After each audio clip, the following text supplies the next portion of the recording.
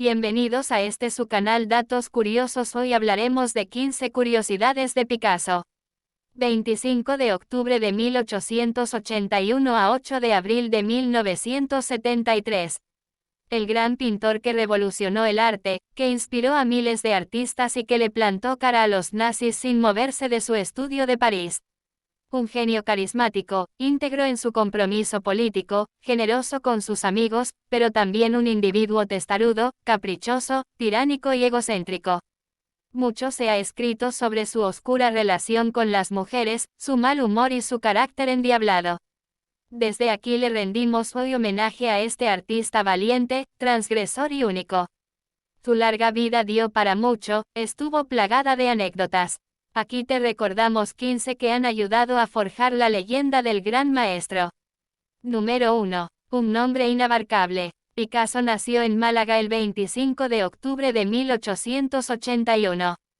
Según el registro civil, su nombre está compuesto por 23 palabras, cierto que hay muchos conectores, y eso no cuenta, pero aún así su nombre de pila tiene tela: Pablo Diego José Francisco de Paula Juan Nepomuceno María de los Remedios Cipriano de la Santísima Trinidad Mártir Patricio Clito Ruiz y Picasso. En esa época era costumbre bautizar a los recién nacidos con el nombre de los abuelos y del santo de turno, pero es que aquí debieron de aprovechar para homenajear a medio árbol genealógico o a todo el santoral. Número 2. Creyeron que había nacido muerto. Por mucha guerra que diera después, Picasso llegó al mundo de forma silenciosa, tanto, que la comadrona que ayudó en el parto pensó que había nacido muerto. El médico que estuvo presente en el alumbramiento, y que era tío del artista, revivió al recién nacido de una forma muy curiosa. Se encendió un enorme cigarro y le echó el humo en la cara del bebé, que de pronto reaccionó con desconsolado llanto. Número 3. De tal palo tan astilla.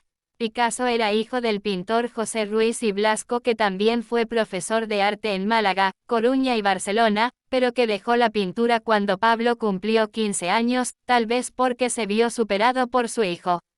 Aunque Picasso fuera un artista absolutamente vanguardista, recibió una educación académica clásica que queda plasmada en todas sus obras. De hecho, no es un pintor abstracto, sino figurativo, ya que en sus lienzos se reconocen los objetos representados. Número 4. Montó su primera exposición con solo 13 años. Fue un niño prodigio que estaba destinado para el arte. Dicen que la primera palabra que pronunció no fue papá o mamá, sino lápiz. Independientemente de la veracidad de la anécdota, de lo que sí tenemos constancia es de que desde muy niño realizaba unos dibujos impresionantes.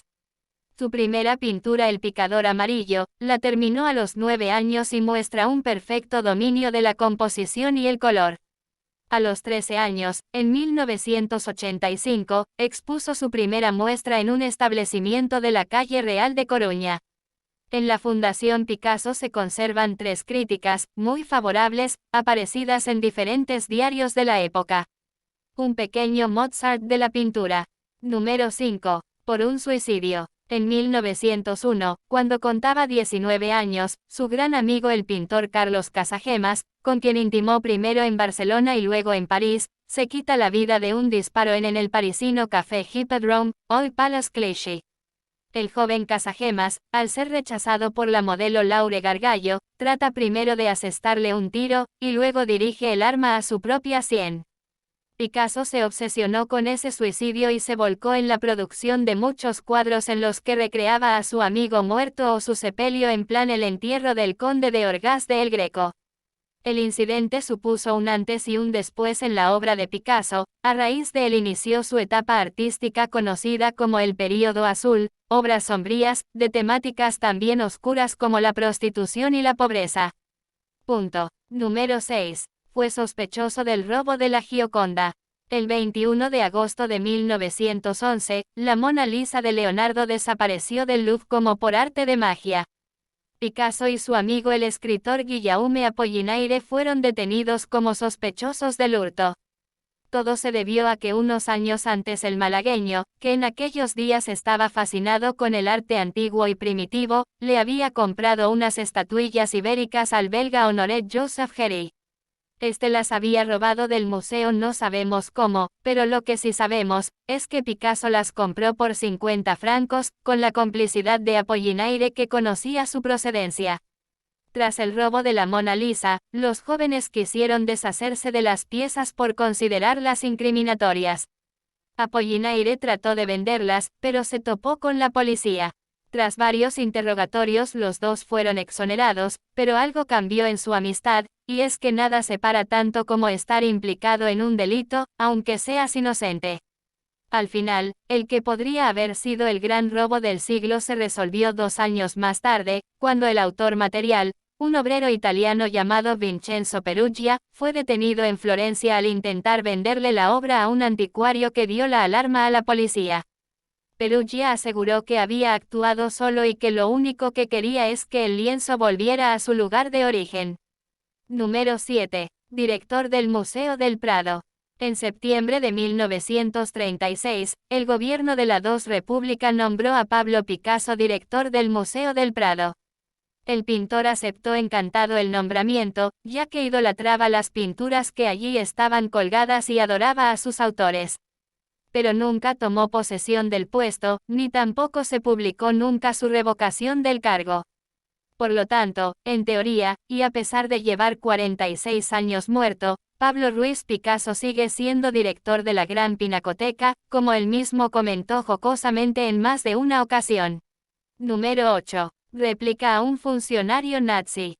Pablo Picasso, al igual que el músico Pau Casals, se quedó en 1940 en París en lugar de buscar asilo en otro país tras la entrada nazi en París. Picasso dio refugio a otros antifascistas y, aunque nunca lo pillaron infraganti, estuvo todos esos años en el punto de mira de la Gestapo. Cuenta María Teresa León en su Memoria de la Melancolía que el embajador de la Alemania nazi Otto Abetz, que coleccionaba los cuadros de pintura contemporánea que Hitler desdeñaba, fue a verlo a su taller parisino y le pidió que le enseñara lo que estaba haciendo. Cuando Picasso le mostró una reproducción del Guernica, el alemán exclamó, «Es lo mejor que ha hecho usted hasta ahora», a lo que Picasso replicó, «Esto no lo he hecho yo, lo han hecho ustedes».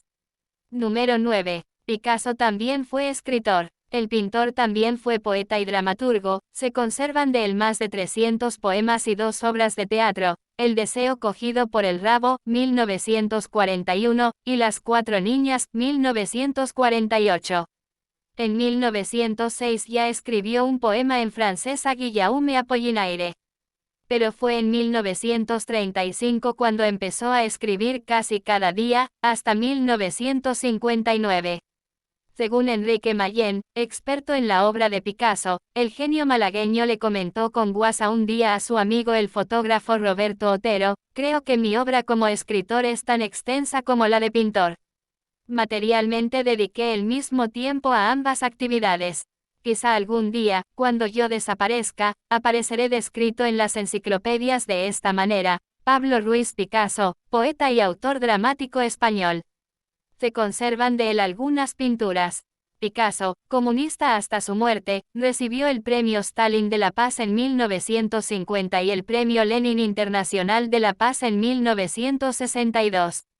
Número 10. Comunista afiliado. Picasso, declarado antifascista, siempre apoyó la República Española, participó en la resistencia francesa, fue miembro activo del movimiento pacifista durante la Guerra Fría y defensor del comunismo internacional.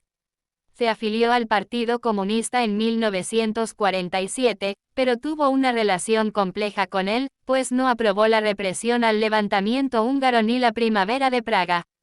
Aún así, se mantuvo fiel a los ideales marxistas hasta su muerte en 1973. Llegó a recibir el Premio Stalin de la Paz en 1950 y el Premio Lenin Internacional de la Paz en 1962.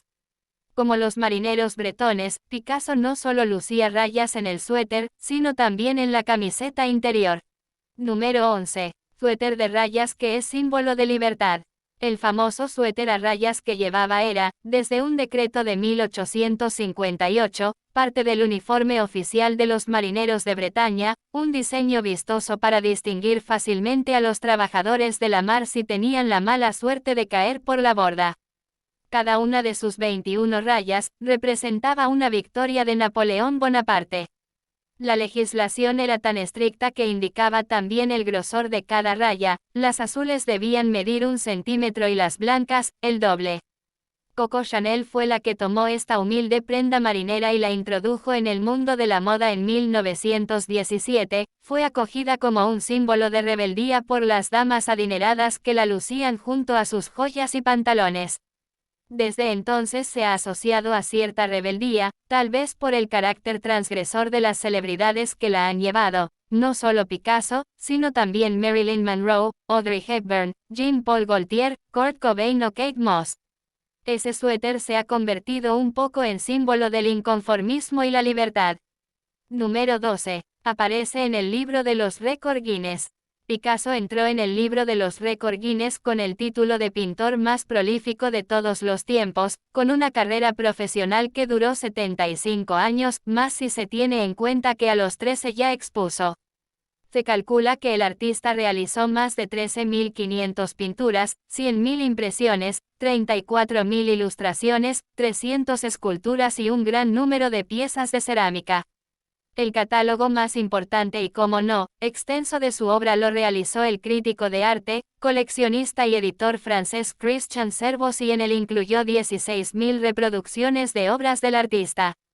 Número 13. La subasta del siglo. En 2015, Les Femmes d'Alger, 1955, se vendió en la prestigiosa Casa Christie's de Nueva York por $179 millones, convirtiéndose en una de las obras más caras del mundo. La que ostenta el récord Salvator Mundi, la única obra privada de Leonardo da Vinci y cuyo destino es hoy en día un enigma, se vendió en noviembre de 2017, cuando un postor desconocido pagó más de $450 millones en la misma casa de subastas. Número 14. Picasso y las mujeres. Una de las cosas que más ha dado que hablar ha sido la relación de Picasso con las mujeres. Puede que fuera un genio con los pinceles, pero parece ser que hizo muchísimo daño a las mujeres a las que amó, a quienes también trató de forma tiránica y despiadada. Picasso sentía una profunda atracción por las mujeres, eran sus musas, su fuente de inspiración, su motor y el objeto de su deseo.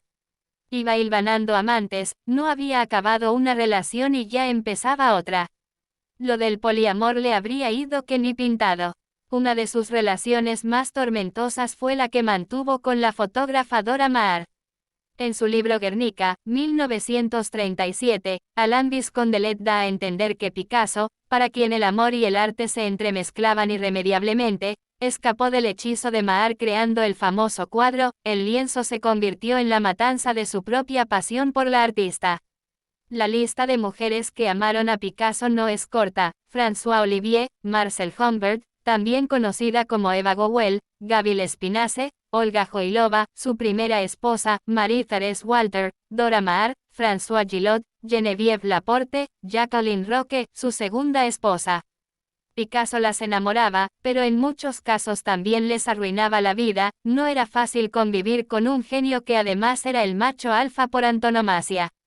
Así el destino de muchas de ellas no pudo ser más trágico. Olga murió desahuciada, Marie-Thérèse se ahorcó a los 68 años, Jacqueline se suicidó en 1986, disparándose con un revólver en la cabeza, y Dora no superó la profunda depresión en la que se vio sumida tras romper con el artista.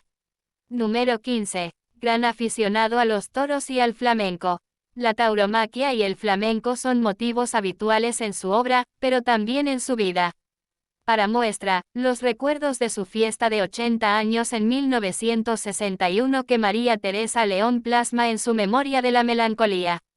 Hubo un homenaje taurino en el que Luis Miguel Dominguín le brindó la faena en Vallauris, Francia, y cuya multa pagó luego Picasso, pues, aunque las corridas de toros no estaban prohibidas, sí que lo estaba sacrificar al animal en el ruedo. Después la fiesta siguió como juerga flamenca en su casa de Mougins, allí bailó un joven Antonio Gades, emocionadísimo de hallarse ante Pablo Picasso y Rafael Alberti. El pintor se arrancó con unas rumbas con Nati Mistral. Alberti improvisó unos versos. Entre los invitados estaban, entre otros, Lucía Bosé, entonces esposa de Dominguín, Paco Raval, el pintor Manuel Ángeles Ortiz y Antonio Olano, además de familiares y amigos franceses del artista. A sus 80 años, Picasso seguía amando la vida. Gracias por ver, me despido de ustedes, los espero en el próximo video, los invito a que se suscriban a mi canal y le den me gusta.